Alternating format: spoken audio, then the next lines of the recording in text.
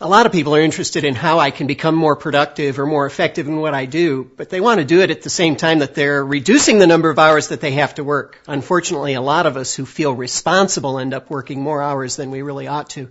So let's work on 7 steps that will help you to double your effectiveness in less time. In other words, working smarter, not just harder.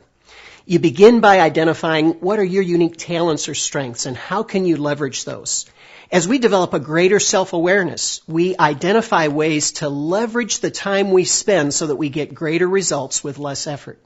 Next, you have to understand the important focus of your role. What are the key results that reflect superior performance in the role that you've been given? The more clearly you have these defined, the more you can focus on what the priorities ought to be. Then you develop a personal strategy. Now, when I'm talking about developing a personal strategy, I'm referring to developing your own vision, your own value statements. What is it that really matters most for you? And what should your priorities be, matching your talent with the role that you're trying to fulfill? Once you've developed a clear picture of your talents and you understand the role that you contribute and you've developed your own personal strategy, now it's time to create a learning path for doubling your effectiveness. And a great question to ask in identifying what this learning path should look like is this question: what one thing, if I did it extremely well, would make the greatest difference in the results that I produce? When you've identified this learning path, then the next step is to develop a system of accountability. How am I going to make sure that I keep moving in the right direction? It's sort of like launching a rocket. When you first launch it, you spend 80% of the energy getting into orbit. Once you're into orbit, it's easy to stay there. So you need this system of accountability to make sure that you're using all of the force necessary to develop this new pattern.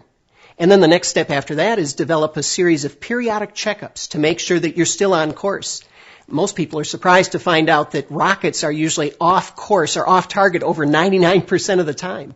But they've planned on it that way, and they've built a navigation system of periodic checkups so that they can keep getting back on course. And finally, number 7, develop a way to measure your results. This is important for 2 reasons. First of all, it helps you to identify other gaps or other opportunities that you can use to continue to increase your effectiveness.